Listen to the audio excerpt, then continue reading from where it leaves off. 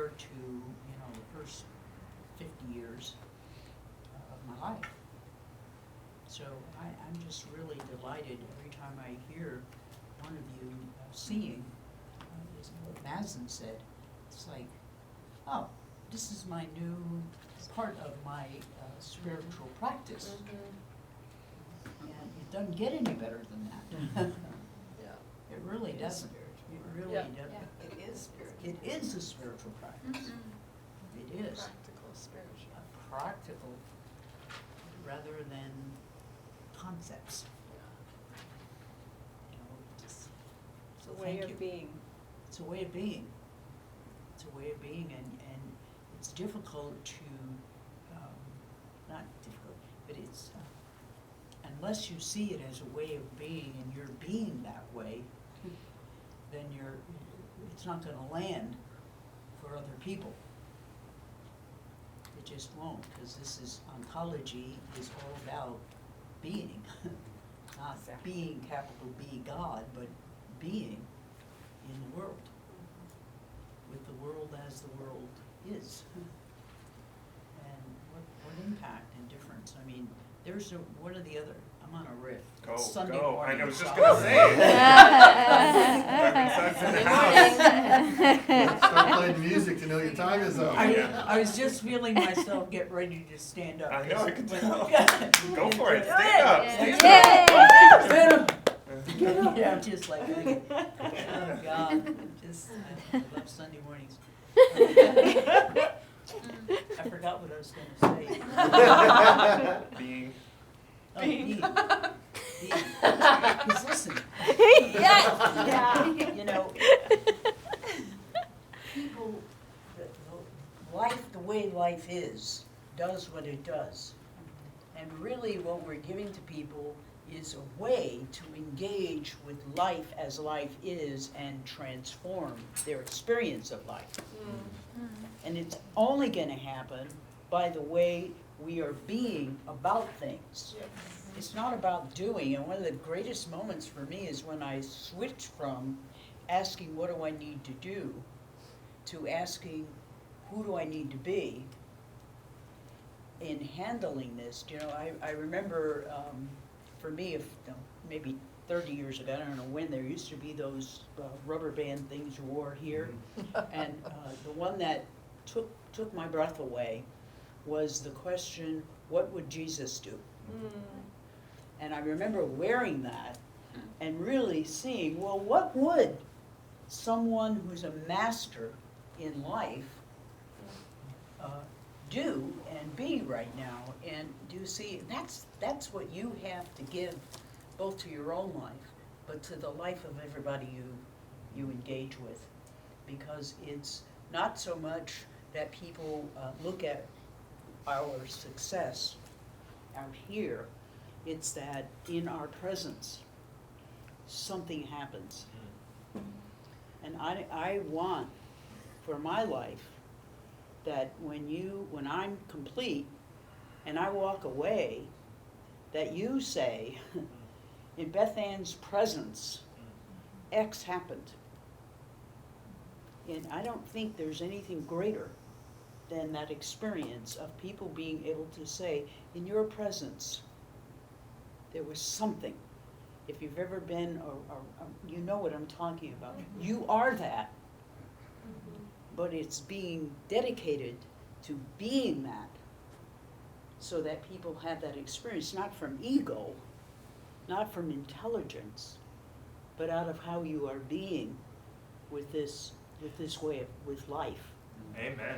You say, This is "Thank the you." power of the standards of integrity. Yes, Because it's not what would Jesus do, it's what would a person with these Exactly. standards do Mhm. in this situation, because these are mine, yes, exactly. right? And so when you're able to use your standards of integrity in that way, it's like, to me, it's the biggest fog lifter, Yes, right? exactly. Not knowing what to do, read the standards of integrity, what would someone with these standards do? Creates that gap, right? Because then You you be can that. see it. Yeah, here you go. It's one of the most powerful tools, are the standards of integrity, if you will use them on a regular basis in that way. Yes, same is true with life intentions. Yes. Sometimes we treat life intentions like, here's a list. But what you're getting is, it's so much bigger than that. It is when you know what your life is about, and you're willing to embrace what your life is about, then you will do whatever it takes. And I know for, when I was listening to Anastasia, I had a flashback of the first time, not the first time, but at one point, Wade and I were leading MLE, and Maria walked into the room at a moment in which someone was having, a monkey mind fit, and I backed off. And I remember Maria looking at me and saying,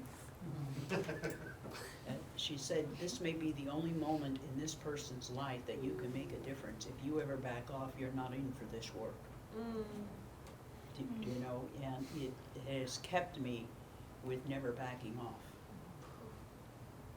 Because we may never have this opportunity. That's why I love the ontological space. We may never have this now moment again. And what do I want to create in the now moment? Okay, I'm riffed. I riffed. If you enjoyed what you heard today, please contribute to Osprey Basket. Right. Where are you going? Get back up here. Well, I was just gotta give you your platform. Yes.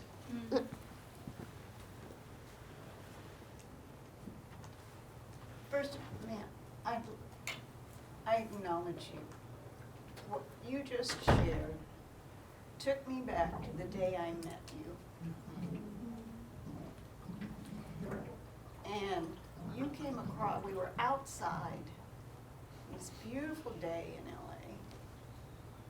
Or, I don't know, the Ritz, wherever you were. LA. And I was so present that you saw me. I feel it right now. You saw me, and I was so attracted to the conversation with you. Thank you. You saw me like I didn't know me, that there was something there that you were pulling out, that you were revealing for me. Thank you. Yes, Marilyn and I did a program together with Mary Mary Morrissey Morrissey. and Bob Proctor. It was phenomenal. Thank you. You're welcome. I love you. I know. Yes. When Maria was coaching me after I gave my talk, I was telling a lot of my friends, I was like having a psychedelic experience where like everything was turning blue and purple, and I was like seeing all these things. And when she was talking about being transparent, I saw this silhouette of myself that's see-through, and then this like flame, this like kind of whitish blue flame, which was my being inside of me. And like when I am being transparent, it's not that like people are seeing through me. That's it. It's that who I am is not in the way of being. And I saw myself shifting from opacity to transparency, and it was that when I was opaque, it was that my personality and my persona appeared again, and then you couldn't see being anymore. Yep. And then it was Mazen, and then like Mazen would fade away again, and then you just see being. And when being is, when the group is able to observe being, everything starts happening. Green lens is happening, their feeling seen is happening, namaste is happening, all of it is happening. So when I after that point, whenever people would go up, I would almost have this experience of like seeing each of us be up there, and our transparency and our opacity kind of like fading in and out, you know? And it was like when the transparency became present, and like I was like the tears, the feeling, the chills, like all of that stuff, it's like being is present, that awe, that reverence, it's like being is here, and then and it's gone, and then monkey mind, and then back to, and then oh, being. So that's And that's the nature of the hero's journey. It's why we say on the card, off the card, get back on the card, off the card, because you yourself are having your own hero's journey, so it's there, not there, there, not there. And the longing, at least in my journey, has been, let my times of not being be shorter, rather than never happen, but let them be shorter, so that I can get back on quicker and sooner, like that, like, so that it becomes more like a fleeting thing, rather than let me process this shit over here, about 3 days. So, who else? What are your takeaways? Yes? Oh, well, I have a question. Sure. And I'm not sure if this is, It doesn't matter. okay. Just do it. Because the thing that keeps coming to mind for me is, like, as we've been talking about this, is why?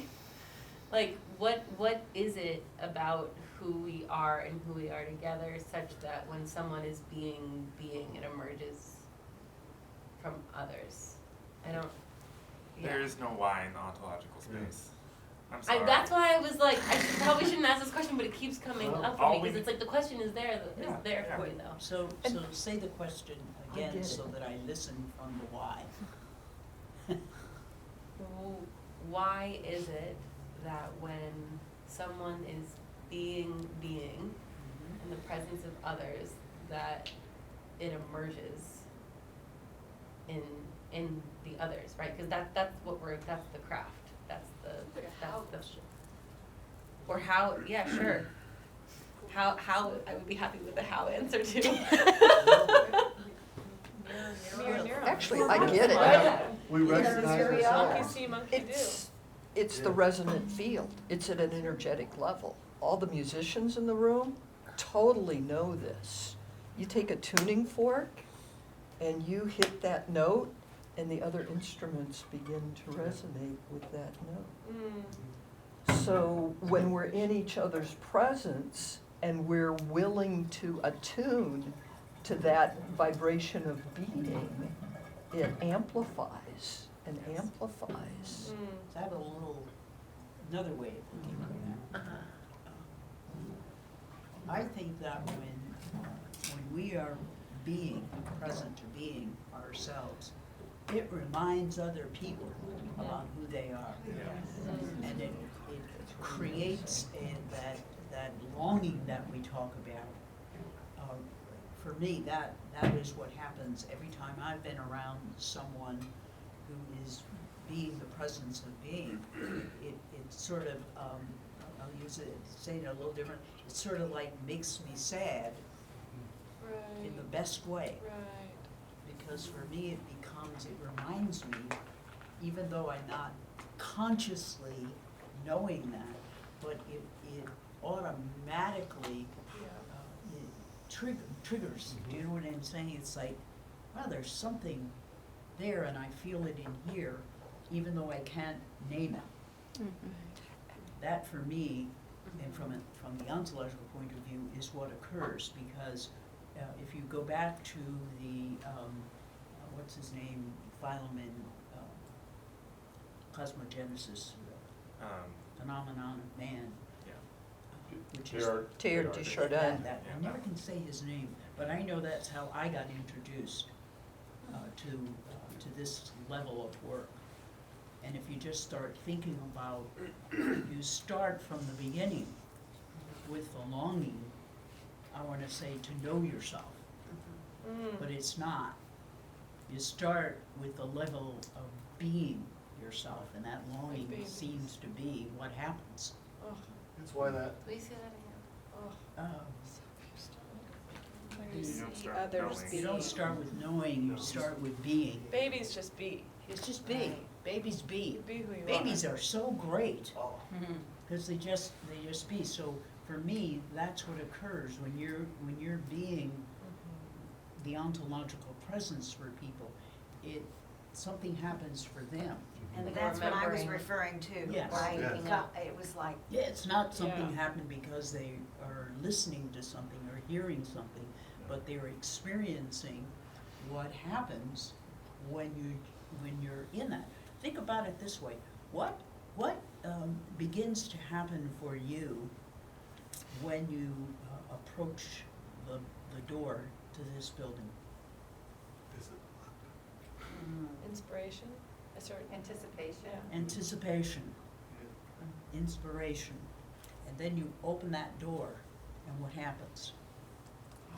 Smile, joy. Yeah, I remember who I am. I It's like remember who home. everyone Yeah. else is, and in my Yeah. presence, they know who they are. exactly. It's not that, just that we're a warm, loving community, I mean, there's that, but there's an energy, an energetic experience that you and I have, that when we hit the door and we open it, and we see each other, there's something that automatically occurs, like you're reminded of who you are. That's, for me, the why.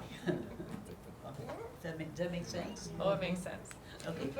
And there's something else in this model as well that just really leaps forward. When we have people do their standards of integrity and connect with other people and how that lights up our own heart, it's exactly the same thing that we're tapping into, is that longing. Inspiration. You got it. So it's totally built in from the very beginning. Absolutely. Yes. And that's what Joseph Campbell said about the hero's journey. He said that the reason we identify with heroes in stories or films, we see ourselves, Yes. and we experience that longing to express that. That's it. But it's us that we're longing to express. Yes. Yes, the archetype. And I want to say something about that too. Sunday And I'd morning. love There your, we Sunday morning, all of it. I'd love your feedback. So I had a client, he's still a friend, I had a client who totally did not relate to the hero's journey. A businessman. It took me 3 weeks to have him experience even an inkling of himself as being a hero that he could recognize in that way. And, you know, yesterday, when I brought my presentation forward, I started with the hero's journey, really thinking about the business audience in front of me. And even though the hero's journey is universal, what I suspect is that people drawn to this work are people who, like, have already connected with themselves at a deep, deep level. They might not name it that, as being heroes on their journey. What I suspect, even though it's a universal experience, is that there are people in this world who identify with something else so strongly that they don't yet see themselves as a hero. And so my curiosity is, in the idea of integrating various worlds, what to do with that, because it's so strong for us. It's the water we swim in. What about the people who don't see themselves in that water? How do we bring it to life? By you seeing it, Yeah, it's green lens. you have to. I think that's too simple. Would it be okay? Would it be okay if it was that? Deceptively simple. It is simple. That's why it's been occurring as hard up until now. That's right. Because right now you have a structure of knowing that there are some people that don't see that. And in your presence, that's what they see, because how you are seeing them has a major impact on their experience, because you're seeing them as a hero rather than convincing them that they're a hero. It's more than seeing them, it's experiencing them. When you experience other people being heroes, you long for it too. It's that I'll have what she's having. Yeah. Right. So that it's not trying to convince people that they're a hero, but you be that, you all are getting the green lens, you know, that it's not positive thinking. It's like, no kidding. When you look into my eyes and we're having a conversation, you will you experience that I see you as a hero, I'm not even sure it's relevant that you see it. But I think it's relevant that I see it, so much so that the person sees it for themselves over time. It's like the ELE definition of coach. First I know who I am, I know who others are, and in my presence, others see who they are. It is simple.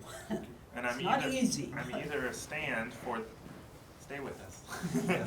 I'm either a stand for that this person isn't gonna get it and I need to work hard with them. And this isn't just you, this is all of us. For any tool, any seminar you're leading, or when you have someone who's saying, oh, this isn't for me, I don't have it, I'm not getting anything out of this, I already know this, which, you know, as Anastasia was saying for her seminar that she led recently, I'm either a stand for, wow, that's really true about this person, they don't get it, I mean, they're telling me they don't get it, so let me help them get it.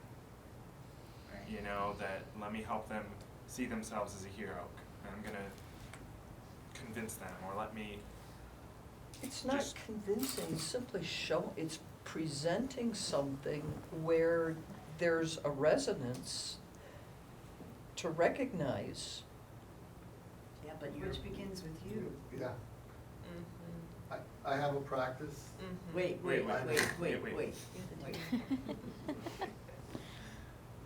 Yes. I love that look Debbie said. Jesus. This is so easy when we swim in the water. That's your structure of knowing that you have. That there's the people who are swimming in the water, right? And the people who aren't swimming in the water. And you see, you've got like two groups. Yeah.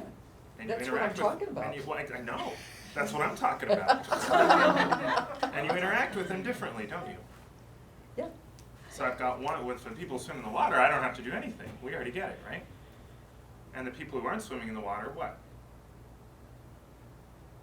Drunk the Kool-Aid. I mean, no, it's, What do you, it's, no, say it how it is for you. When they aren't swimming in the water, what do you see is called for?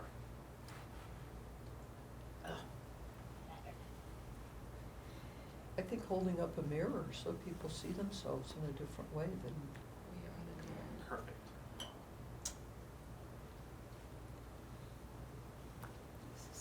I know that you absolutely know and believe deep in your heart that every human being is a hero. Oh, absolutely. And the hero's journey is what life is, the hero's journey. Yeah. And I'd be more interested for the client that isn't getting it, more interested in what is it about seeing that worries them. Because it's the truth. It's not a concept. It's the truth. They don't need to agree They don't have with to- the truth. The truth is just the truth. You have to come to an MLE course and see the first night, because if y'all remember, when you all came into MLE on the first night, there was no I am a hero. It was more like, what the fuck? And they were in the room. They self-selected to be in that room. Something called them in that room. What is the something? Well, what- it's what's inside of them. What is that? They answered the call. What? Pull out a theology, I'm not in theology. honey. One of the things that's gonna be great for you is to be a demand for coaching. When your coach is offering you a possible way to look at it from an ontological view. See, calling lives over in our theology. The hero's journey is different. There's a longing that is there. There's not a calling. If there's calling, it's more in the life intention side of the game. It's how we are designed. So it isn't people, you know, they get to MLE because somebody said, you need to go do this, and usually you go say it because you know they need a breakthrough in seeing who they really are. But if you see first night of MLE, right, holy gamoles, it's so scary. Because there's cynicism in the room, there's frustration in the room, there's resignation in the room. Why? Because people coming into MLE don't even know that they have been living their life incoherently with who they really are.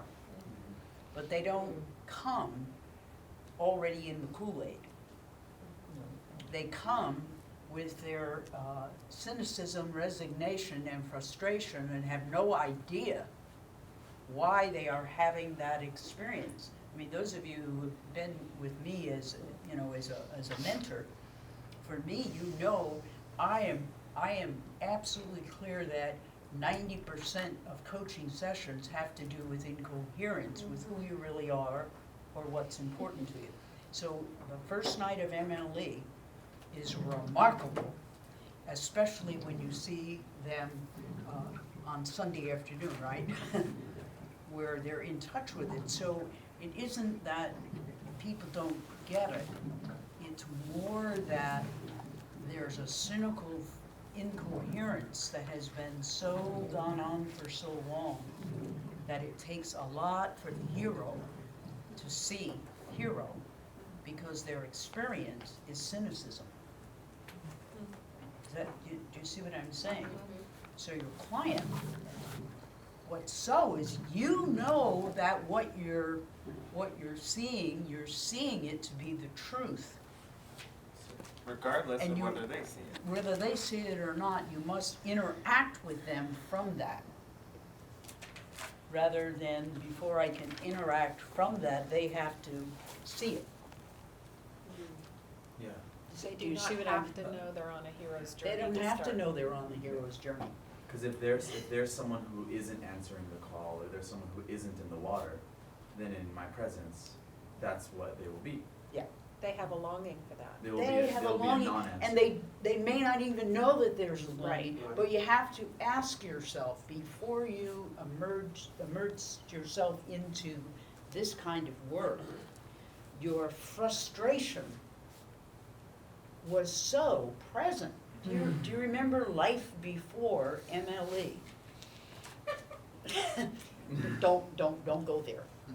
But you see, people who aren't awake to their journey experience the incoherence, and there's grief.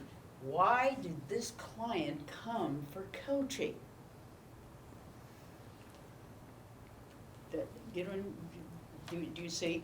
Not I came from coaching to learn business techniques. I came to coaching because there's something great that I want to experience in my life. Especially coaching with Deborah. Especially, because it's not about business tips. Do you know what I'm saying? It's that, why would they even come to a coach? Which is the view that points to the hero's journey. Got it? Why would they invest their money, put their butt on a Zoom call or in my office if there wasn't something seeking to emerge? And the hero is just a metaphor for something that's seeking to emerge. Because they came to you, which points to the hero's journey. Good. Then